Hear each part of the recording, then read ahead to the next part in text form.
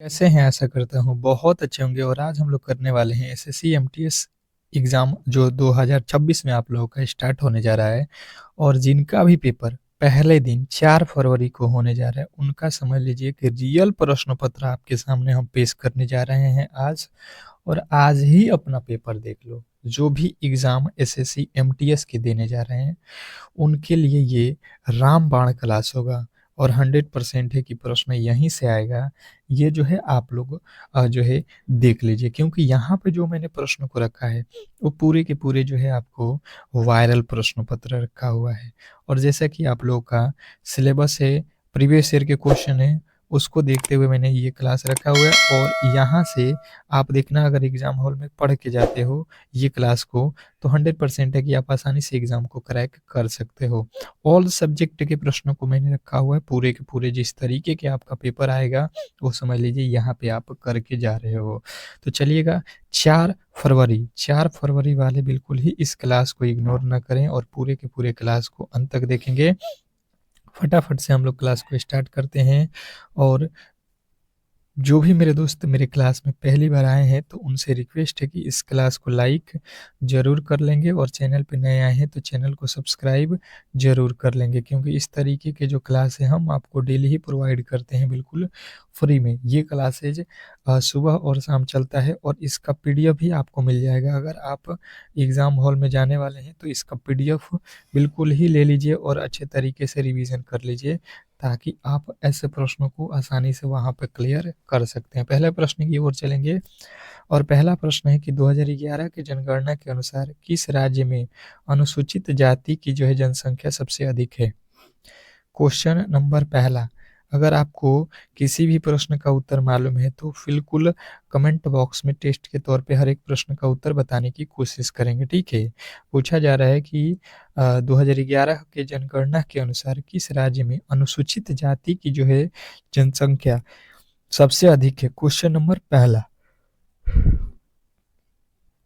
तो जिन्होंने बताया है उत्तर प्रदेश में, यानी ऑप्शन नंबर सी, पहले का सी, उनका बिल्कुल राइट उत्तर है। नेक्स्ट प्रश्न की ओर चलेंगे और अगला प्रश्न आपके सामने है कि भारतीय राष्ट्रीय प्रौद्योगिक दिवस के रूप में मनाया जाता है, मतलब भारतीय राष्ट्रीय प्रौद्योगिक दिवस के रूप में मनाया जाता है, तो किस तारीख को मनाया जाता है? ये प्रश्न पूछा गया है।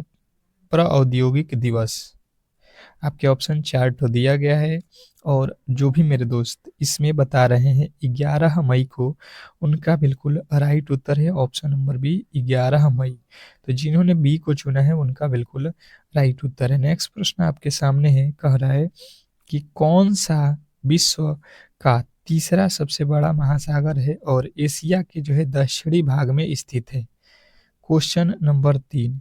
तीसरे नंबर प्रश्न का जो राइट उत्तर है, फटाफट से आप लोगों को बताना है कि क्या होने वाला है। फटाफट से आप लोगों को बताना है यहाँ पे कि जो है कौन सा विश्व का तीसरा सबसे बड़ा जो है महासागर है और एशिया के जो है दक्षिणी भाग में स्थित है।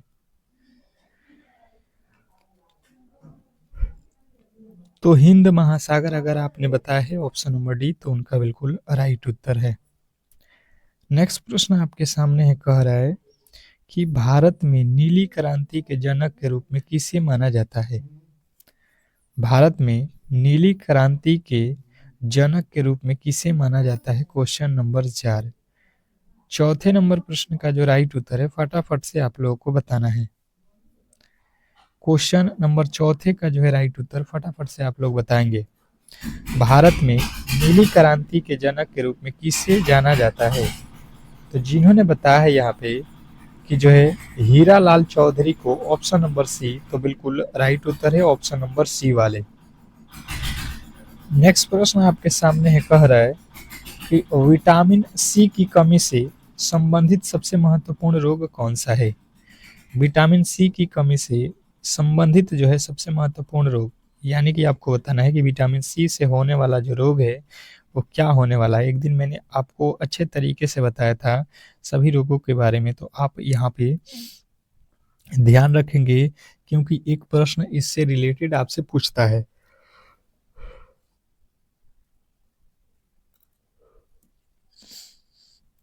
तो देखिए जिन्होंने बताया है ऑप्शन नंबर ए स्कर्विक रोग, तो बिल्कुल राइट उत्तर है ऑप्शन नंबर ए। अब देखिए बेरी बेरी कब होता है? विटामिन बी की कमी से, ठीक है। और री, री, रिकेट्स कब होता है? तो विटामिन डी की कमी से। नेक्स्ट प्रश्न आपके सामने है कि doctor b r Ambedkar, Bhimrao Ambedkar किस जो है समुदाय से संबंधित है? क्वेश्चन नंबर आपके सामने 6। छठे नंबर प्रश्न का जो राइट उत्तर है फटाफट से आप लोगों को बताना है कि क्या होने वाला है। क्वेश्चन नंबर जो है आप लोगों के सामने 6, छठे नंबर प्रश्न का राइट उत्तर फटाफट से आप लोगों को बताना है कि क्या होने वाला है।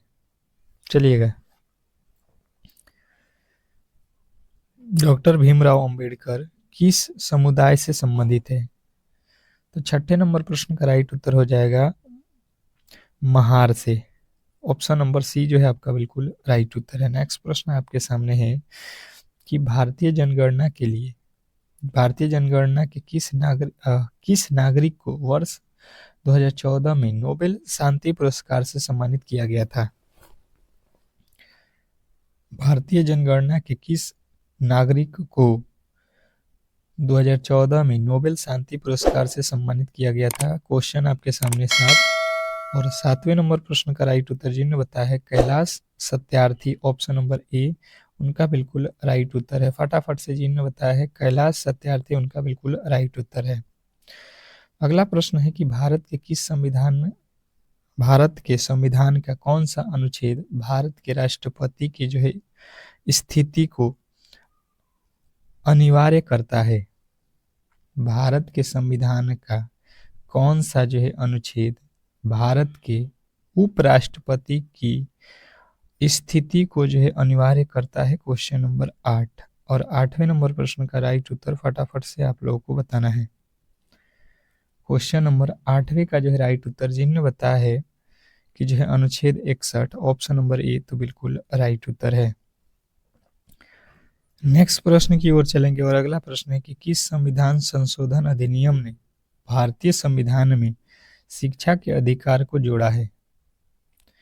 किस संविधान संशोधन अधिनियम ने भारतीय संविधान में शिक्षा के अधिकार को जोड़ा हुआ है? Question number 9।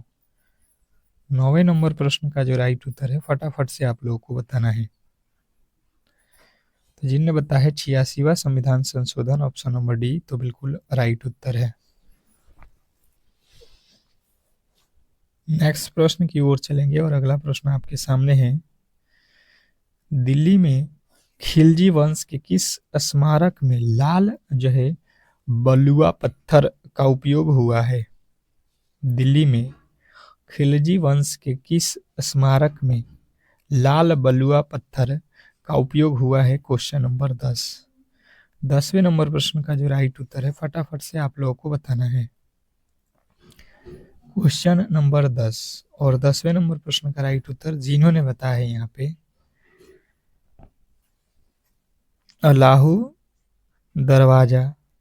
अलाई दरवाजा, ऑप्शन नंबर ए तो बिल्कुल राइट उत्तर है।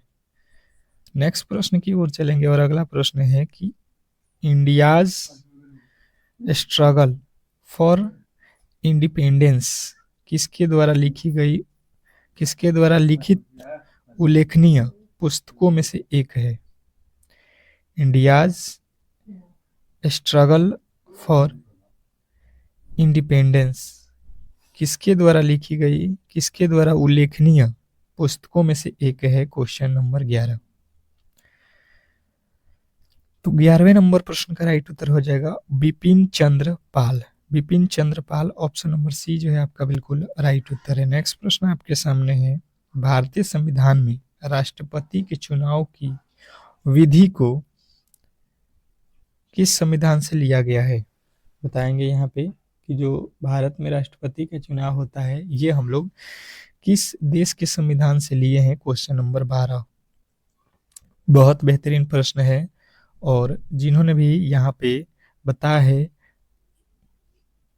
आयरलैंड होना चाहिए, आयरिश नहीं आयरलैंड यहाँ पे करिएगा, उनका बिल्कुल राइट उत्तर हो जाएगा। नेक्स्ट प्रश्न आपके सामने है प्रथम एंग्लो अफगान युद्ध 1838 किसके बीच में हुआ था? प्रथम एंग्लो अफगान युद्ध 1838 में किसके बीच में हुआ था? Question number 13। 13वें नंबर प्रश्न का राइट उत्तर जिन्होंने बताया है यहाँ पे 1842, ऑप्शन नंबर ए 1842 बिल्कुल राइट उत्तर है। नेक्स्ट प्रश्न आपके सामने है कि किस सन में गांधी जी ने शहर में एक जो है सूती मिल के महिलाओं और श्रमिकों के बीच विवाद को हल करने के लिए अहमदाबाद में जो है सत्याग्रह किया था? क्वेश्चन नंबर 14 बताइएगा। तो ये किए थे 1918 में अहमदाबाद में, ठीक है, ऑप्शन नंबर बी। नेक्स्ट प्रश्न, पद्म विभूषण कुमारी कमला का संबंध किस नृत्य से है? पद्म विभूषण प्राप्त करने वाली जो है कुमारी कमला का संबंध किस नृत्य से है? Question number 15। 15वें नंबर प्रश्न का राइट उत्तर फटाफट से आप लोगों को बताना है। तो जिन्होंने बताया है यहाँ पे कथक, ऑप्शन नंबर डी बिल्कुल राइट उत्तर है। नेक्स्ट प्रश्न आपके सामने है कि भारत का संवैधानिक मुखिया कौन है जिसे प्रधानमंत्री की अध्यक्षता में मंत्रिपरिषद सलाह देती है? Question number 16।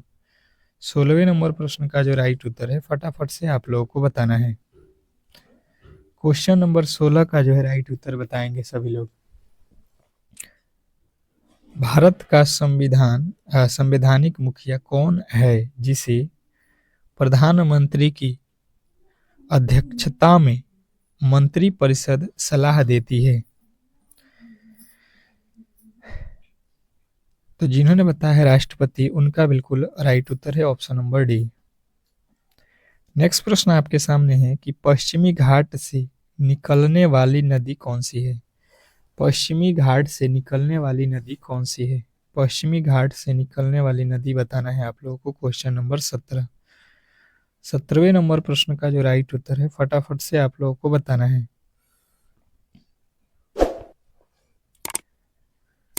तो मांडवी जो है आपका बिल्कुल राइट उत्तर है ऑप्शन नंबर बी। नेक्स्ट प्रश्न आपके सामने है कि वांगला किस भारतीय राज्य का एक लोकप्रिय फसल उत्सव है? बांग्ला किस भारतीय राज्य का एक लोकप्रिय जो है फसल उत्सव है? Question number 18। 18वें नंबर प्रश्न का राइट उत्तर फटाफट से आप लोगों को बताना है। फटाफट से आपको बताना है। क्वेश्चन नंबर आपके सामने 18 और 18वें नंबर प्रश्न का राइट उत्तर जिन्होंने बताया है यहाँ पे मेघालय बिल्कुल राइट उत्तर है। नेक्स्ट प्रश्न आपके सामने है कि मोच भारत के किस शास्त्रीय नृत्य के रूप में एक आइटम है? मोच भारत के किस शास्त्रीय नृत्य के रूप में एक आइटम है? तो जिन्होंने बताया है यहाँ पे ओडिसी, तो बिल्कुल राइट उत्तर है ऑप्शन नंबर ए। नेक्स्ट प्रश्न आपके सामने है कि काला रामनाथ किस घराने से संबंधित है? काला रामनाथ किस घराने से संबंधित है? Question number 20। 20वें नंबर प्रश्न का राइट उत्तर जिन्होंने बताया है यहाँ पे बनारस घराना, उनका बिल्कुल राइट उत्तर है ऑप्शन नंबर बी। नेक्स्ट प्रश्न आपके सामने है कि संगीत नाटक अकादमी से सम्मानित उस्ताद इकबाल खान किस घराने से संबंधित है? संगीत नाटक अकादमी से सम्मानित उस्ताद इकबाल खान किस घराने से संबंधित है? Question number 21। 21वें नंबर प्रश्न का राइट उत्तर फटाफट से आपको बताना है।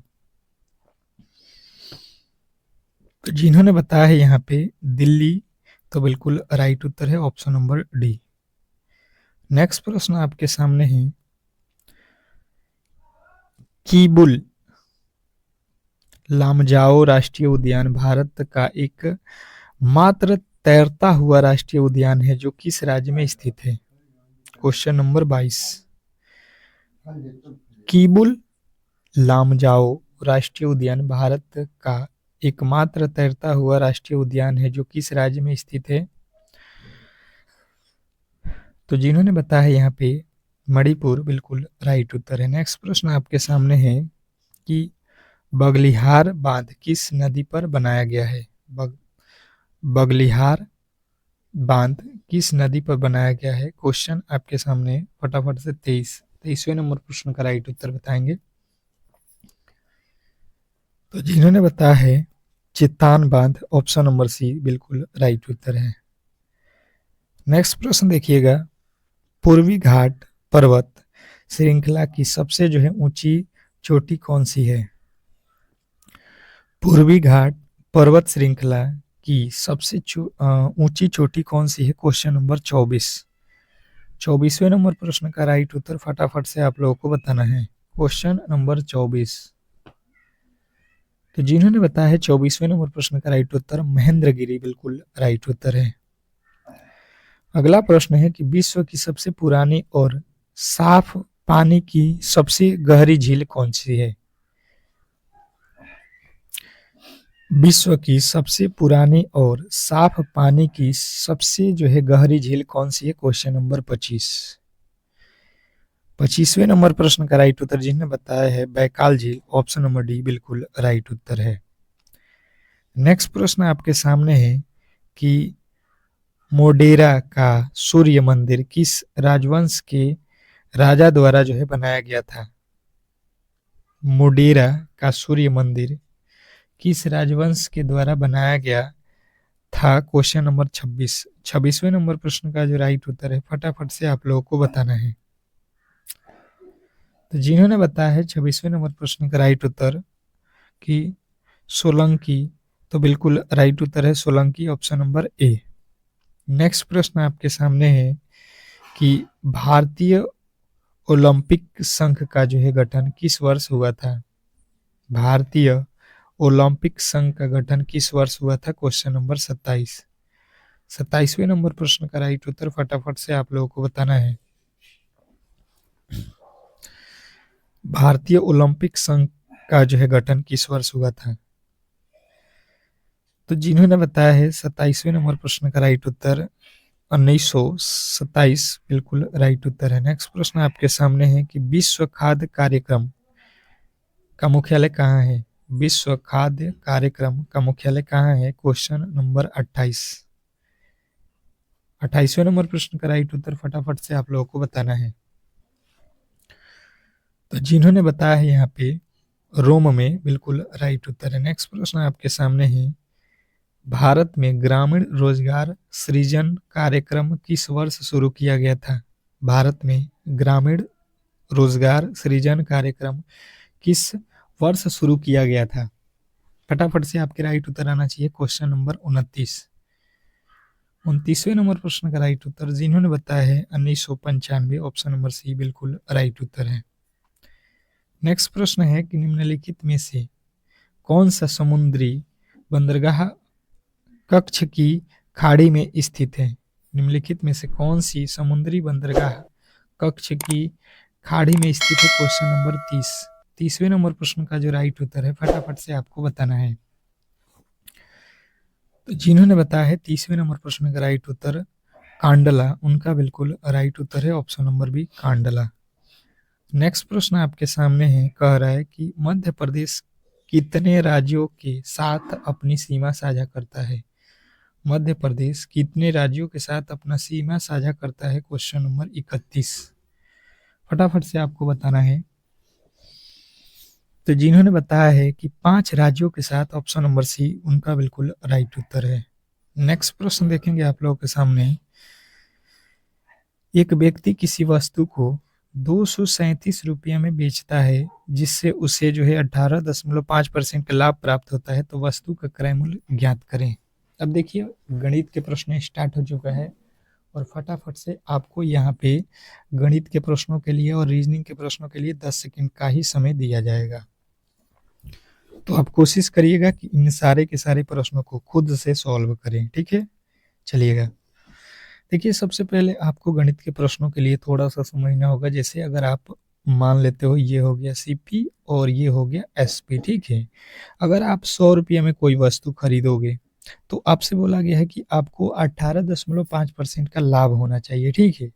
यानी कि आप कह सकते हो कि आपको जो वो वस्तु है वो बेचना कितना में पड़ेगा, 118.5% में। ठीक है, बात क्लियर आपको समझ में आ गया होगा। तो इसने कहा है कि बेचा गया है 237 रुपये में, तो हम देख रहे हैं कि ये तो बेचा है 237 रुपया में। अब जो है हमें निकालना है क्रय मूल्य, कितने में हम खरीदे थे 100, तो 100 को ऊपर रखेंगे और विक्रय मूल्य कितना है 118.5, तो नीचे रखेंगे, ये दशमलव हट जाएगा, एक जीरो यहाँ पे आ जाएगा। ठीक है, अब इसको काट दो, ये 5 के पहाड़े में कट जाएगा, 5 के पहाड़े में बिल्कुल कट जाएगा, 7 पचे 35 के 5, 3 पचे 15, 3 18, ये 5 दूना 10, 1 11, 5 मर्त में कट गया, फिर यहाँ से 5 के पहाड़े में ये कट जाएगा, 5 दूना 10 और ये डबल जीरो, यानी कि जो है हम जो वो वस्तु को खरीदे हैं वो है आपका 200 रुपया और इसको बेचे हैं कितना में 237 रुपया में, तो हमें जो लाभ हो रहा है 18.5%। बिल्कुल क्लियर समझ में आ गया होगा। नेक्स्ट प्रश्न की ओर चलेंगे और अगला प्रश्न आपके सामने है कि 90, 230, 325 का महत्तम समवर्तक यानी कि HCF क्या होने वाला है। क्वेश्चन नंबर 42, 42वें नंबर प्रश्न का राइट उत्तर फटाफट से आप लोग को बताना है कि क्या होने वाला है।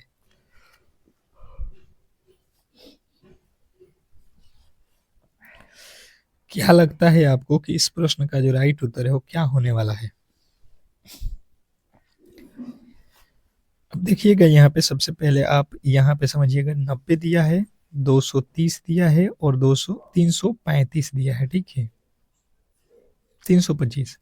सबसे पहले ये देखिए, अगर आप देखोगे तो यहाँ पे 90 और यहाँ पे 230 ये किसके अंक से आएंगे, तो यहाँ पे लास्ट में जीरो है यानी 10 से इन दोनों में भाग लग जाएगा और HCF का अर्थ होता है कि इन तीनों में कौन से वह बड़ी से बड़ी संख्या है जिससे भाग लग जाए। तो देखिए यहाँ पे तो 10 से हो रहा है, तो 1 तो होगा नहीं, 3 तो होगा नहीं, 2 तो होगा नहीं।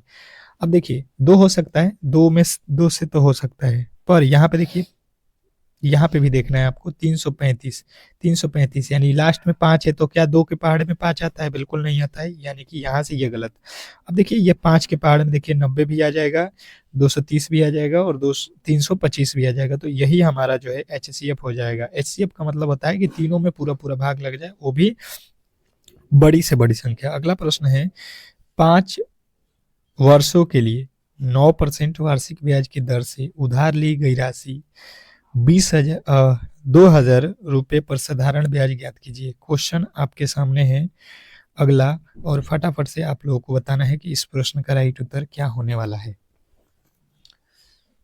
बहुत बेहतरीन प्रश्न है और आपको मैंने बताया हुआ है कि साधारण ब्याज या चक्रवृद्धि ब्याज से एक प्रश्न तो हर एक शिफ्ट में पूछेगा आपका,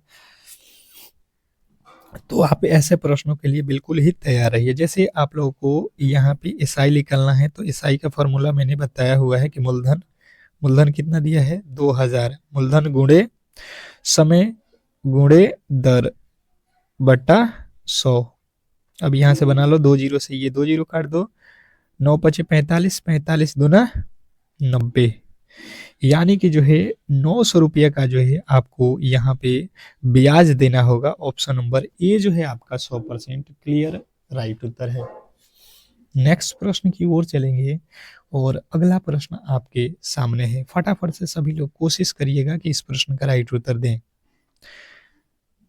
40 KG, 49 KG, 56 KG, 72 KG, 39 KG वजन वाले 5 सदस्यों वाले परिवार का जो है औसत वजन ज्ञात करिए। क्वेश्चन आपके सामने 45वें नंबर प्रश्न का राइट उत्तर फटाफट से आप लोगों को बताना है कि ए होगा कि बी होगा कि सी होगा कि डी होगा।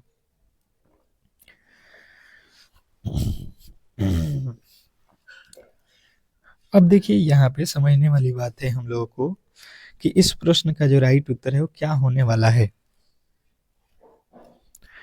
तो देखिए सबसे पहले आप लोगों को यहाँ पे औसत निकालना है, तो औसत का फॉर्मूला आपको मालूम होगा, राशियों के योग बटा राशियों की संख्या, यानी कि 40 प्लस 49 प्लस 56 प्लस 72 प्लस 39 बट्टा में लिख लीजिए कितना है, तो 5। अब देखिए यहाँ पे 9 2 11, 11 6 17, 17 9 26, तो 26 का 6 हो जाएगा। अब देखिए 3 7 10, 5 15, 4 19, 4 23 और 2 25। बट्टा में हो जाएगा 5, यहाँ से भाग दे दो 5 5 25, 5 1 में 5, 10,5 दूना 10, यानी 51.2% का 51.2 जो है इसका औसत हो जाएगा।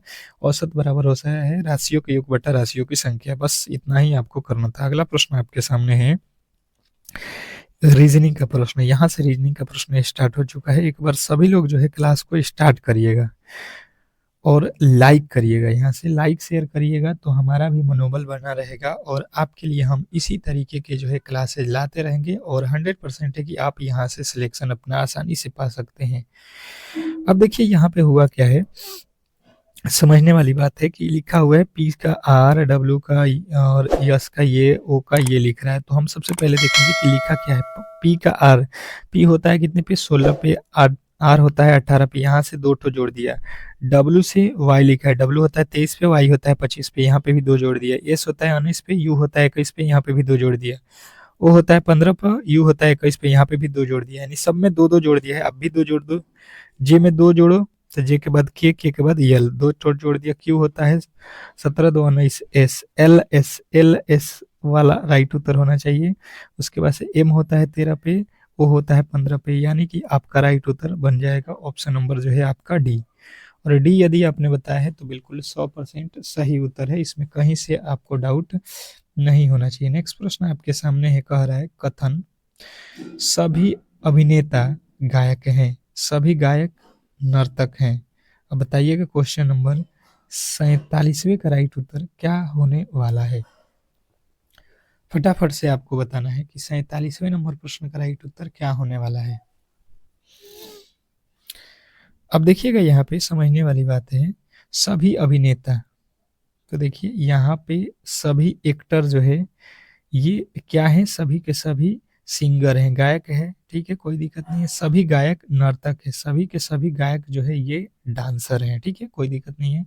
पहला कह रहा है कि कम से कम कुछ गायक अभिनेता हैं, कम से कम मतलब कह रहा है कि कम से कम मतलब कुछ लोग जो गायक हैं, जो सिंगर हैं, क्या वो अभिनेता हैं? तो जो सिंगर लोग हैं वो कुछ जो है अभिनेता हैं, अभिनेता बिल्कुल हैं। सिंगर कुछ तो अभिनेता यहाँ पे दिख रहा है, एक्टर तो दिख रहा है, सिंगर के कुछ हिस्सा एक्टर में आ रहा है, बिल्कुल सही है। दूसरा, कुछ नर्तक, नर्तक यानी डांसर गायक नहीं हो सकते हैं। तो देखिए ये डांसर हैं और डांसर जितने भी हैं सभी के सभी जो है यहाँ पे गायक हैं, सिंगर हैं। देखिएगा यहाँ पे ये कह रहा है कुछ नहीं है तो बिल्कुल गलत हो जाएगा, यानी कि आपका केवल और केवल एक अनुसरण करता है। ऑप्शन नंबर जो है कि सी में दिया गया। नेक्स्ट प्रश्न आपके सामने है कि अंग्रेजी वर्णमाला के क्रम के आधार पर दी गई जो है श्रृंखला में प्रश्नवाचक चिन्ह के स्थान पे कौन सी संख्या आएगी, ये आपको बताना है। क्वेश्चन नंबर 48, 48वें नंबर प्रश्न का जो राइट उत्तर है फटाफट से आप लोगों को बताना है। बिल्कुल सिंपल सा लॉजिक है और सिंपल तरीके से आप सॉल्व कर सकते हैं। एस के बाद ओ लिखा है, एस होता है 19 पे, ओ होता है 15 पे, फिर के लिखा है, के होता है कितना 11 पे, मतलब 4 माइनस किया हुआ है। जी होता है 7 पे, मतलब हर बार कितना माइनस कर रहा है ये 4। अब भी 4 माइनस कर दो, जी से 4 माइनस करोगे 3 हो जाएगा, 3 पे हो जाएगा सी, यानी कि आपका सी से स्टार्ट होना चाहिए वैल्यू और केवल ऑप्शन नंबर ए है, तो मुझे आगे बनाने की कोई भी आवश्यकता नहीं है, यानी कि सी बी ए ही आएगा आपका, ठीक है। इस तरीके से आप अपना टाइम भी बचा सकते हैं। नेक्स्ट प्रश्न, एक निश्चित कुट भाषा में इसको जो है ये लिखा जाता है, कुड़ित किया जाता है, और दिस इज माइन को जो है ये लिखा जाता है, तो उसी में जो है दिस का जो है क्या लिखा जाएगा ये आप लोगों को बताना है। क्वेश्चन नंबर 39, 39वें नंबर प्रश्न का जो राइट उत्तर है फटाफट से आप लोगों को बताना है। क्वेश्चन नंबर 39, अब देखिएगा यहाँ पे समझने वाली बात है, इसको जो है ये लिखा जाता है और इसको जो है ये लिखा जाता है। तो सबसे पहले आपको दिस देखना है, तो दिस देखिए यहाँ पे दोनों में दिया गया है, यहाँ पे भी दिस है और इसमें भी दिस है, तो हम क्या करेंगे कि दोनों में कॉमन वैल्यू देखेंगे, यहाँ पे और यहाँ पे क्या लिखा गया है दोनों में कॉमन, तो एन एल एन एल जो है हमें दोनों में कॉमन दिखा गया, जैसे दिस यहाँ पे कॉमन है दोनों में, तो एन एल जो है हमारा राइट उत्तर है ऑप्शन नंबर सी। नेक्स्ट प्रश्न की ओर चलेंगे और अगला प्रश्न है कि दी गई श्रृंखला में प्रश्नवाचक चिन्ह के स्थान पे क्या आएगा। जो दिया गया श्रृंखला, इसमें जो है वाट के स्थान पे कौन सी संख्या आने वाली है। 50वें नंबर प्रश्न का जो राइट उत्तर है ये आप लोगों को बताना है। अब देखिए बिल्कुल सिंपल से तरीके से आप इसको सॉल्व कर सकते हैं। 348 और 350 यानी कि 2 प्लस कर दिया है। 50 से 54 यानी कि 4 प्लस कर दिया। 54 से 60 यानी कि 6 प्लस कर दिया। 60 से 68 यानी कि 8 प्लस कर दिया। तो इसके आगे हम क्या करेंगे, 2 4 6 8, हर बार 2 2 प्लस किया है तो 8 के बाद से 2 जोड़ दो 10 हो जाएगा। तो ये हो जाएगा 300। 300 आपका 300 आपका कितना हो जाएगा 78। ऑप्शन आपको देख लेना है 378 कहाँ है, ऑप्शन नंबर डी। डी जो है आपका बिल्कुल राइट उत्तर है। तो इस तरीके से जो है आज की क्लास को हम लोग यहीं पे समाप्त करेंगे। अगर आपको ये क्लास अच्छा लगा हो तो बिल्कुल क्लास को लाइक करके चैनल को सब्सक्राइब बिल्कुल कर लीजिएगा। मिलते हैं नेक्स्ट क्लास में, तब तक के लिए धन्यवाद।